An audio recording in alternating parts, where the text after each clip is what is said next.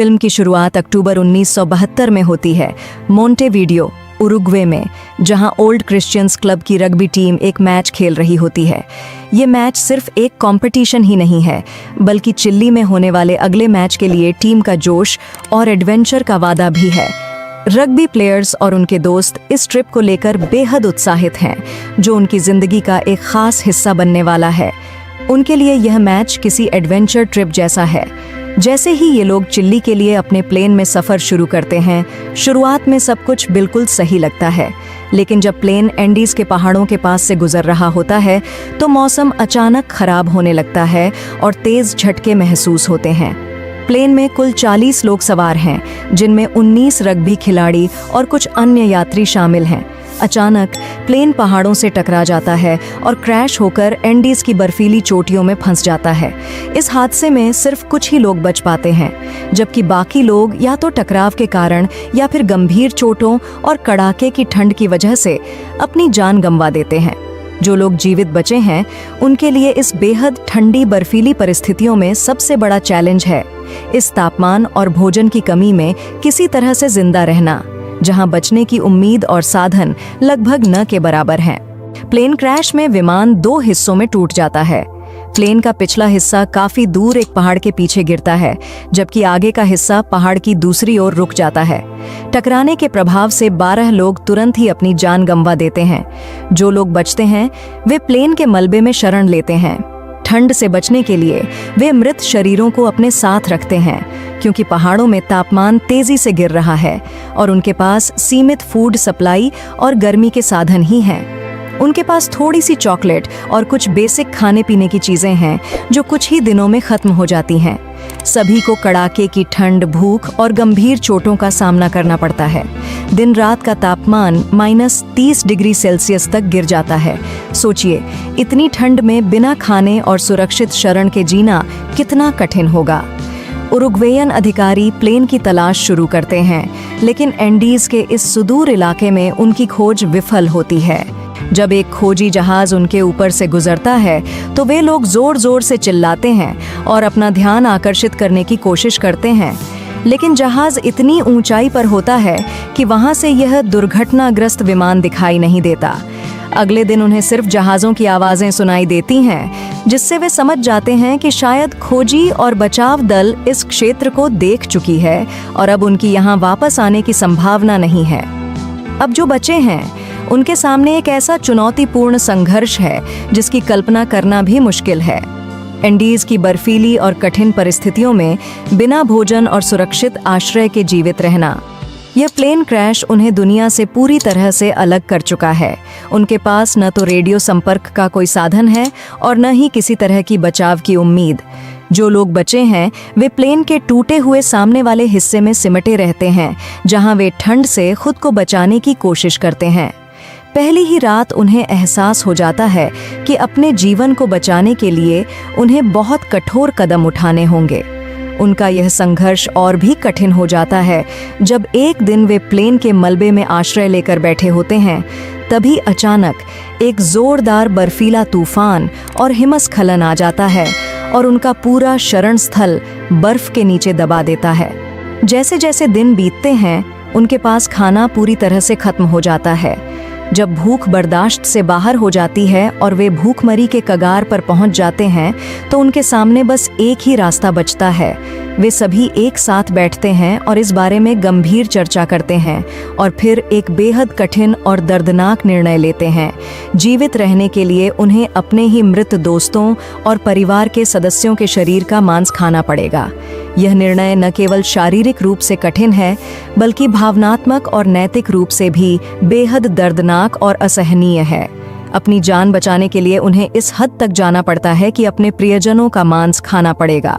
शुरुआत में कुछ लोग धार्मिक और नैतिक कारणों से इस निर्णय का विरोध करते हैं, लेकिन धीरे धीरे सभी इस विचार को स्वीकार कर लेते हैं, यह सोचते हुए कि यदि वे खुद मर जाते हैं तो उनकी देह भी अन्य जीवित बचे हुए लोगों के लिए भोजन का स्रोत बन सकेगी।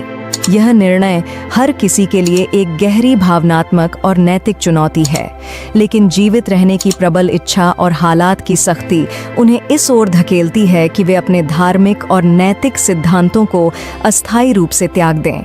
यह संघर्ष सिर्फ शारीरिक नहीं बल्कि मानसिक और आत्मिक स्तर पर भी होता है, जिसमें वे अपनी भावनाओं, आस्थाओं और मानवीयता की परीक्षा से गुजरते हैं। कुछ दिनों बाद लगातार असफलताओं और कठिनाइयों के कारण रेस्क्यू मिशन भी बंद कर दिया जाता है।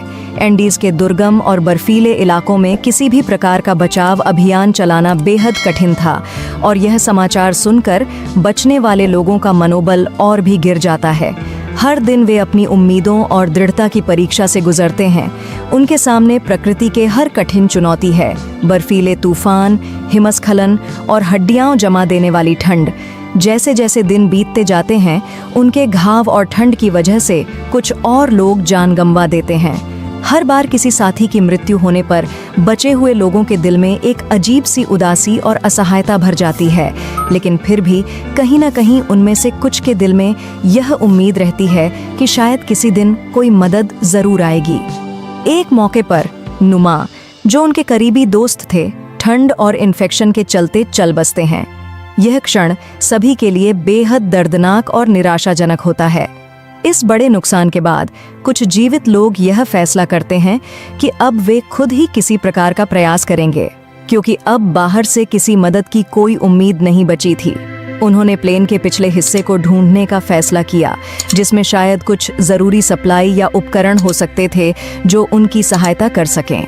उनमें से कुछ सदस्यों का एक समूह इस खतरनाक अभियान पर निकलता है और कठिनाइयों का सामना करते हुए वे आखिरकार प्लेन की टेल को ढूंढने में सफल हो जाते हैं। वहां उन्हें कुछ अतिरिक्त सप्लाई मिल जाती है, जिनमें थोड़ी बहुत खाने पीने की चीजें और गर्म कपड़े होते हैं। इस प्रयास से बचे हुए लोगों में थोड़ी ऊर्जा और उम्मीद आ जाती है, लेकिन इसके बावजूद हर बीतता हुआ दिन उनके लिए और भी पीड़ादायक और निराशाजनक होता है।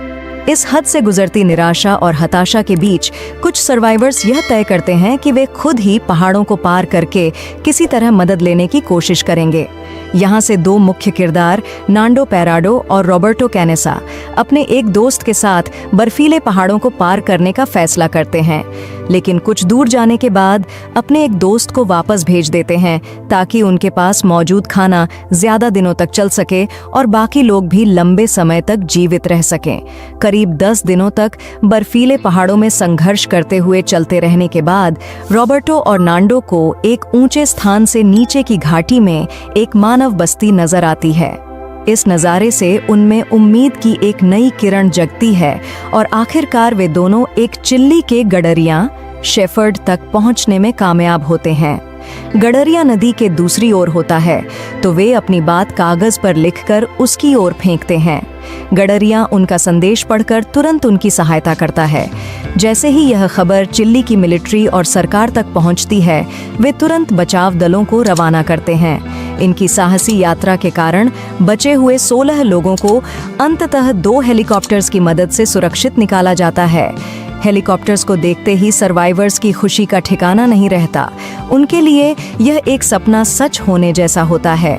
यह कहानी सिर्फ जीवित रहने की लड़ाई ही नहीं, बल्कि एक सबक भी है कि कैसे अत्यंत कठिन परिस्थितियों में इंसान अपने जीवित रहने की चाह में क्या कुछ कर सकता है। यह हमें दिखाता है कि अदम्य साहस, दृढ़ संकल्प और सहयोग से किसी भी बाधा को पार किया जा सकता है, चाहे हालात कितने भी कठिन क्यों न हों। ये था हमारा ब्रेकडाउन इस फिल्म का। अगर आपको ये पसंद आया हो तो लाइक और सब्सक्राइब करें और हमें अपने थॉट्स कमेंट्स में बताएं। हम आपके अगले सुझावों का इंतजार करेंगे।